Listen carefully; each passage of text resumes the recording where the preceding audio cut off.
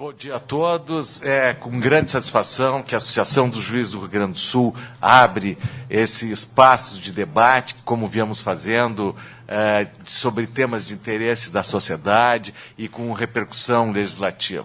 Estamos aqui para tratar sobre a alteração ou não dos regimes prisionais. Nosso evento, chamado Além das Grades, pretende discutir a questão dos regimes prisionais, que é uma questão que hoje se está discutindo a todo momento, muito em voga.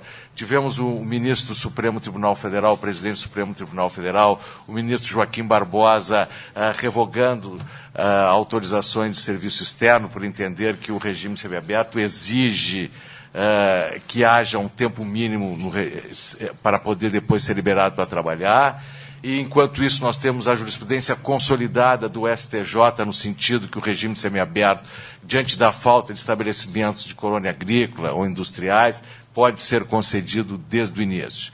Essa é uma ideia de trazer essa discussão, começar uma discussão sem um momento de grande comoção, como normalmente se faz isso no nosso país, começar pensando em racionalidade, trazendo diversas posições diferentes, muitas vezes, para que se tenha uma discussão, que o assunto amadureça na sociedade, e quando se chegar a uma reforma legislativa, que acho que vem, porque estamos aí com uma reforma do Código Penal que está prevendo a mudança na execução penal. Soube ontem em Brasília que o próprio DPEM está fazendo um texto legislativo para uma modificação da atual lei de execução penal, para incluir a tornozeleira como um meio de alternativo ao regime semiaberto, desde logo. Então, vai haver uma proposta de alteração da execução penal por parte do DPEM, e independente do que venha no Código Penal. E esse é o debate que a gente quer trazer, para que amadureça essa questão, porque a sociedade pense sobre o regime prisional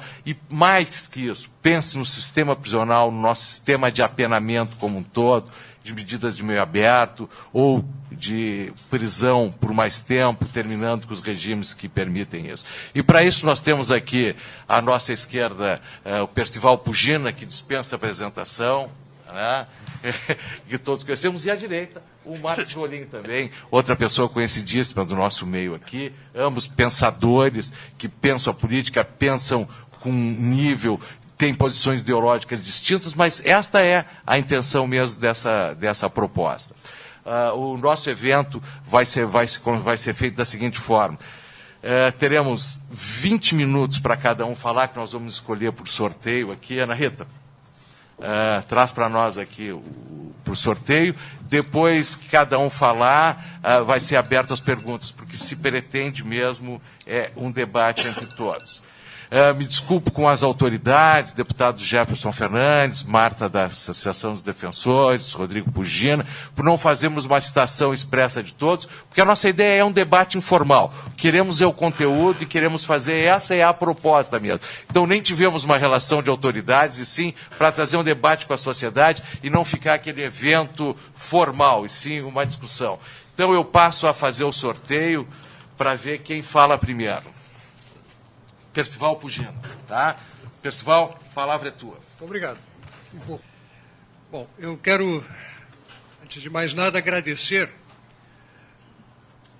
o convite que me faz a Escola Júris para participar deste evento, trazendo uma reflexão que eu pretendo focar, na qual pretendo focar mais exatamente o ponto de vista da sociedade. De um modo geral, minhas posições são conhecidas. O doutor Eugênio, quando convidou, ele referiu esse fato. Também são as do Rolim, uma pessoa por quem tenho o máximo respeito, apesar das nossas divergências. Elas se situam no plano da ideia, mas não levam de forma alguma um antagonismo de natureza pessoal, ao lugar todas as diferenças que temos acumulado ao longo dos anos, mas sempre o ponto de vista do que pensamos que seja o melhor para o Brasil. Oportuníssimo tema, tanto porque, e o procedimento que está sendo adotado pelo doutor Eugênio, porque se é verdade que não devemos, não seria recomendável fazer-se uma legislação sobre persecução penal a partir daquilo que a sociedade pensa, que seria errado, né? Também é errado fazê-lo sem ouvir a sociedade. Eu acho que aqui é uma interação necessária e positiva. Em 1871, discutia-se em Lisboa os negócios que apareceriam com a construção de uma ferrovia ligando Portugal à Espanha. Estimava-se que seria muito produtivo, muito eficiente para o desenvolvimento do pequeno Portugal, com a chegada daqueles turistas mais abonados da Espanha. E essa de Queiroz escreveu uma crônica extraordinária, em que ele lamentava as dificuldades, os problemas que o país enfrentava, as suas escassez, as suas situações sociais. E ele concluía com uma frase que eu achei extraordinária. Diz ele, nessa crônica, a Companhia dos Caminhos de Ferro, com intenções amáveis e civilizadoras, nos coloca em embaraços terríveis. Nós não estamos em condições de receber visitas. Nós não estamos em condições de receber visitas. A nossa sala de visita não tá arrumada. E eu associei isso nos últimos dias tanto ao evento da Copa, né, com o tema que está sendo proposto aqui. O Brasil não está em condições de receber visitas. Aquilo que foi imaginado que seria um extraordinário evento para promover, né, e elevar alguns degraus, fazer um upgrade, né, na imagem do Brasil no exterior, está se revelando exatamente o oposto. As notícias sobre o Brasil são negativas. Os países estão acostumados a fornecer orientações sobre como devem os estrangeiros que chegam ao Brasil se comportar com vistas à sua segurança. Olha, eu tenho viajado muito e eu não encontro esse tipo de advertência, nem necessidade desse tipo de advertência na maior parte dos países civilizados que eu visito. Mas em alguns países da América do Sul, as coisas estão desse modo. E é bom saber que podemos piorar.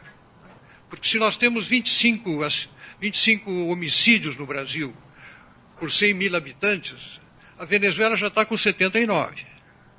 Então, dá para piorar muito quaisquer números de criminalidade que nós estejamos hoje estarrecidos perante ela.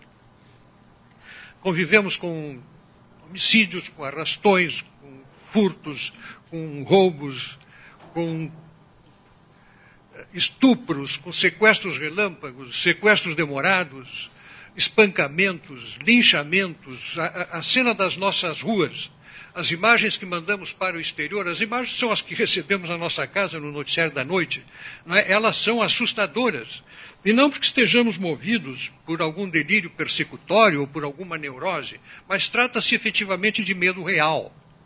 Medo real. Nós viramos caça. Devemos nos ver como caça. E os bandidos estão nos caçando na rua. Podemos ser escolhidos para a caça daquele dia ou não, mas somos caça. O noticiário que se esperava positivo virou negativo. A borboleta que queria se produzir virou um morcego. O quadro brasileiro é assustador. E eu tenho a impressão que nós caminhamos para a anomia.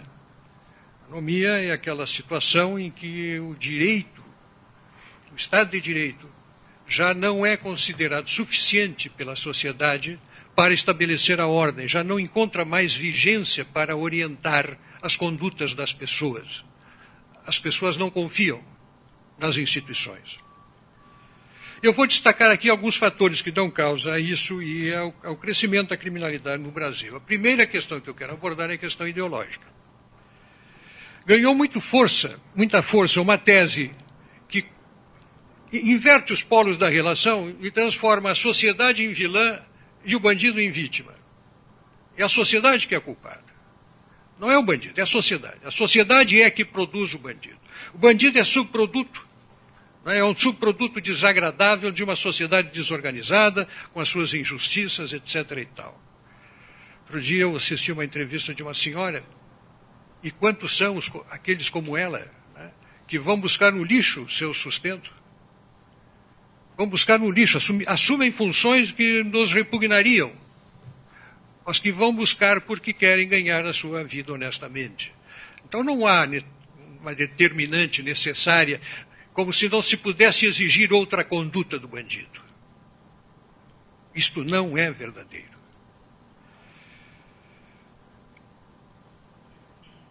E esse discurso se conjuga com uma certa ironia em relação ao mundo em que nós acabamos estabelecendo ao nosso redor para nos protegermos. Ironizam as cercas que colocamos. A sociedade produz discussão lá para trás das cercas, vocês vão para os condomínios fechados, uma portaria, 2 portarias, cadeados, trancas, chaves, alarmes, câmeras de vigilância. Como se fosse um mal isso, e não que isso fosse um reflexo de uma desordem provocada pela aceleração daqueles que buscam no crime a sua atividade produtiva. Depois veremos por que a organização criminosa e a dedicação ao crime é altamente compensadora. Também esse discurso se conecta com uma visão a respeito da propriedade, do direito de propriedade, que o rejeita como causa, que o acusa como causa, e por isso o rejeita, causador das desigualdades sociais. Então, os crimes contra o patrimônio são considerados crimezinhos. Pequenos delitos de furto, furtinhos, roubinhos, assaltinhos, sequestrinhos, saidinhas de banco. Enfim, é só patrimônio, é só bens materiais. Esquecem-se que por trás de cada algo há um alguém que está sendo lesado. Não é a propriedade que é lesada, é a pessoa que detém a propriedade. É a pensão da viúva que passava pela porta do banco e levaram-lhe a pensão do mês. É o dinheiro da férias do motorista. É o dinheiro do rapaz da carrocinha de cachorro-quente que levaram o dinheiro para comprar a mercadoria do dia seguinte. É o caixa do posto de gasolina. É o computador que estava dentro do carro que foi arrombado e que levaram de um comerciante, de um vendedor que tinha ali os seus clientes e todas as anotações dos seus negócios.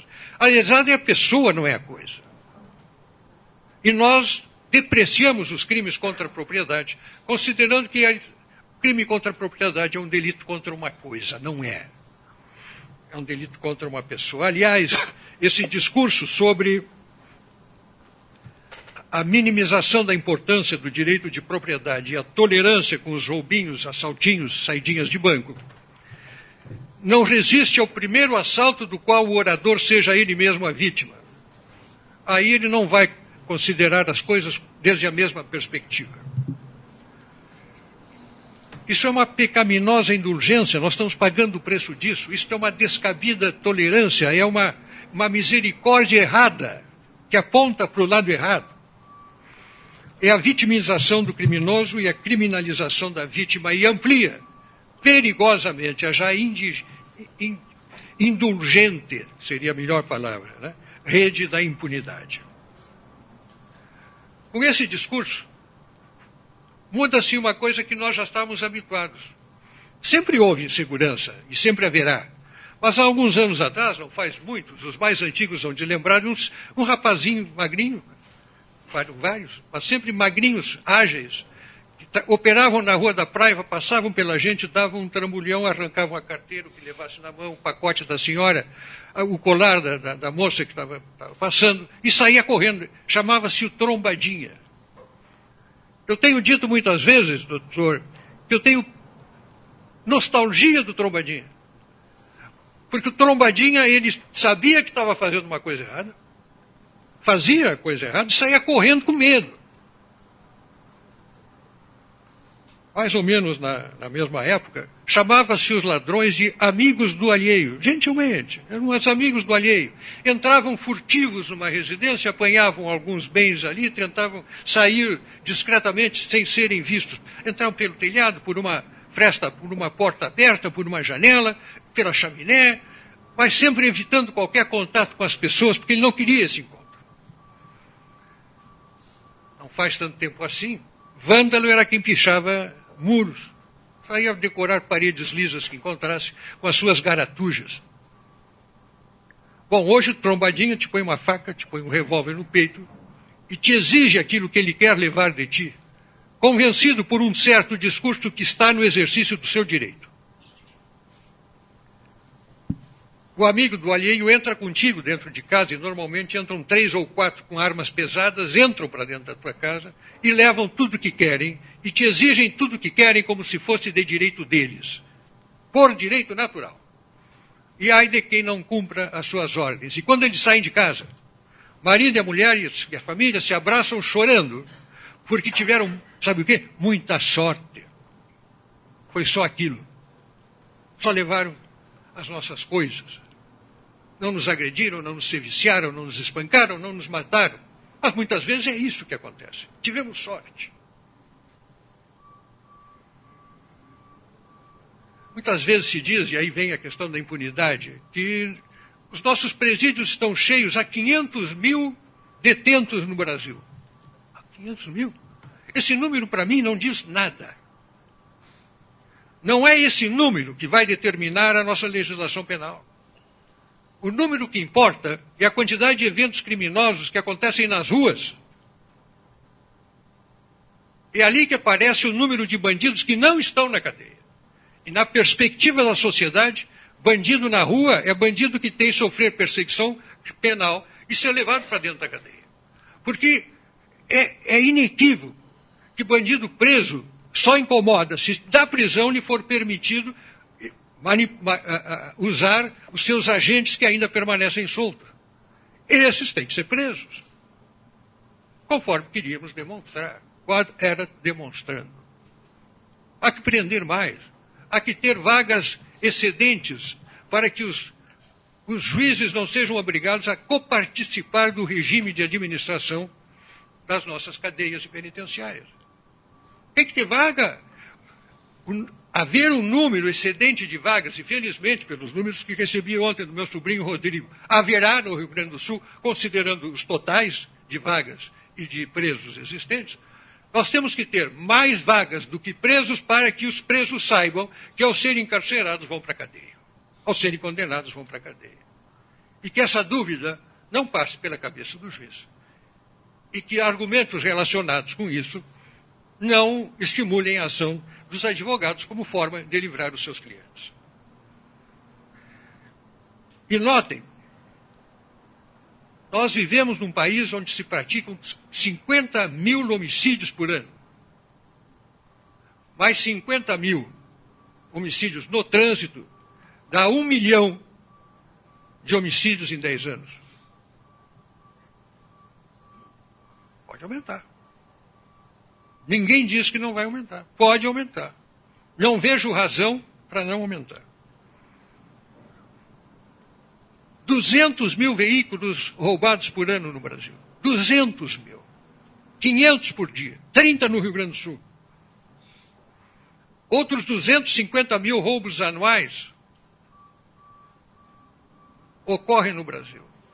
E apenas 20%, se tanto, são notificados. Os 250 mil são os notificados, porque se lhe levam alguma coisa de alguém, quem é que vai à polícia registrar, notificar a ocorrência? A menos que haja algum documento pessoal, alguma razão específica. Porque o simples fato de levarem o bem, não adianta nada fazer o registro. Não adianta nada fazer o registro. Levaram-me um carro no ano passado, recém-comprado, o carro tinha 1 mês de uso. Eu fui à polícia, registrei, e não aconteceu mais nada a partir dali. A sociedade se sente, neste cenário, absolutamente desprotegida. Isso é pura e simples impunidade. O IPEA, é a segunda ordem, um órgão muito sério, divulgou em março um relatório, segundo o qual ocorrem 521 mil estupros por ano no Brasil. Destes, apenas 10% são notificados. Porque as mulheres têm vergonha de notificar. 521 mil estupros. 10 por dia no Rio Grande do Sul. Por outro lado, os investimentos no crime são quase sempre diminutos. Gasta-se pouco para organizar uma ação criminosa. O risco é muito pequeno, não chega a 8% o risco, e o lucro é altíssimo. Então, é de fato um excelente negócio. O crime virou no Brasil um excelente negócio. Baixo risco, baixo investimento, alto lucro. Temos uma deficiência no sistema carcerário generalizado, que cria situações que não deveriam ocorrer hoje. Casualmente há uma matéria na Zero Hora sobre isso, e há um artigo de um promotor de justiça também a respeito, onde ele diz: se o Zé Dirceu viesse ao Rio Grande do Sul, fosse preso aqui, as condições de aprisionamento dele, seguindo a regra geral que acontece no Estado, eu não conheço essa realidade, mas é um artigo que está na Zero Hora de hoje, ele teria um tratamento muito melhor se tivesse sido preso no Rio Grande do Sul. Onde nós temos hoje 28 mil presos, pelos números que colhi, para 25.500 vagas.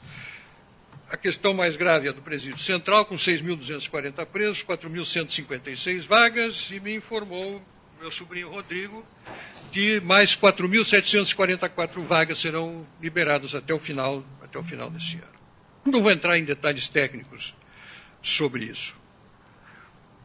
Sobre questão de tornozeleira, semiaberto. Agora, quero apenas comunicar que a sociedade brasileira não acredita no semiaberto como forma de cumprimento de pena que seja eficaz. E acho que tem sobrado as razões.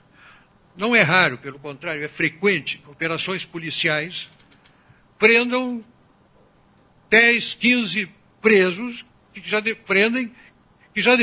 estavam presos.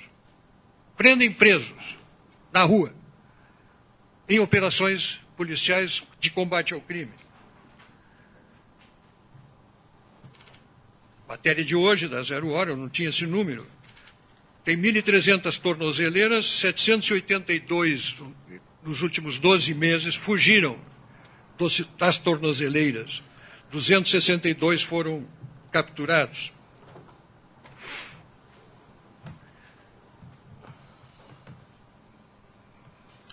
Certa vez eu discutia com o Rolim sobre o Presídio Central. Não sei se o Rolim lembra, e ele me convidou para ir conhecer o Presídio Central, porque eu defendia o agravamento das penas, e ele me disse assim: Pugina, tens que ir lá para ver o que é o horror. Um dia no Presídio Central vale por 10 semanas. É um horror, é um inferno. E eu disse a ele: olha, Rolim, não vou, só de falares eu começo a ficar arrepiado, só ver as cenas que são mostradas. Mas quem está lá sabe melhor do que tu e melhor do que eu como é que é estar lá. E assim mesmo parece que não se importam de ir para lá.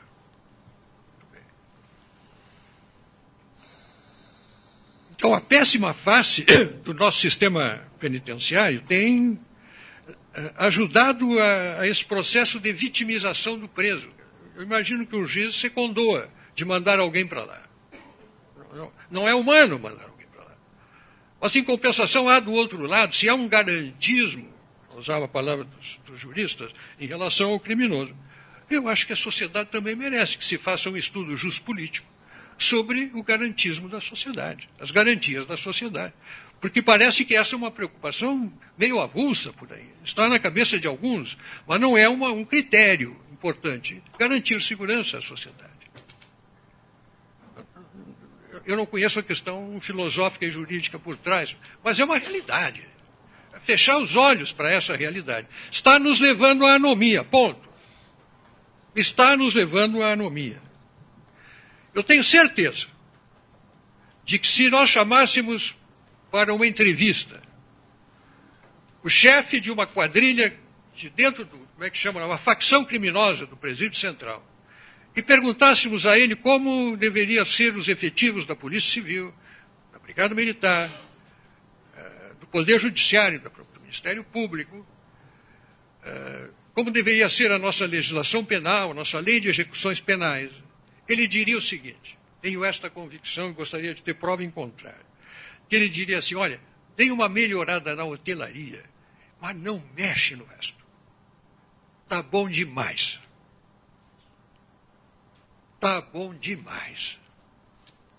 Não podem querer coisa melhor do que o que tem hoje. Ouço, então, só prender, só julgar, condenar, conter atrás das grades não basta. É verdade que não basta. É verdade, é uma evidência. Mas a primeira coisa que tem que se fazer, e aquela que produz a maior eficiência, é botar na cadeia. Prender o criminoso. Em nome do bem da sociedade. Esse ato faz justiça à vítima. E a vítima é a grande abandonada. A vítima não tem do Estado as garantias que o criminoso recebe. Não recebe. Há uma assimetria óbvia no tratamento que a nossa lei, que as instituições de Estado dispensam à vítima e aquelas que dispensam ao réu, malgrado as más condições da hotelaria penitenciária. Mas há uma descabida assimetria.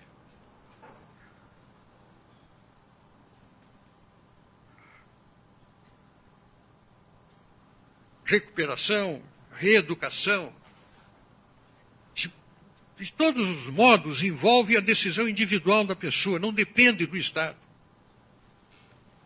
A pessoa pode querer ou pode não querer. Mas se a reinserção social, a reeducação, fosse o motivo substancial da pena, se esse fosse o objetivo substancial da pena, seria levado a crer que quando duas pessoas cometem um mesmo crime juntas, vão para a prisão, um se recupera e o outro não, se a recuperação fosse o objetivo essencial da pena, eu diria, bom, o outro foi preso inutilmente. Foi? Ele foi inutilmente preso? Não creio. A sociedade não entende como obra de justiça essa assimetria entre o tratamento que se dá à vítima, abandonada, jamais visitada por nenhuma instituição de direitos humanos, e o tratamento que se dá ao preso, que horroriza, que assusta, que anda nas ruas em busca de sua caça, fez disso profissão, num país cuja economia cresce, cujo desemprego decai, cuja renda sobe e a criminalidade aumenta. Muito obrigado.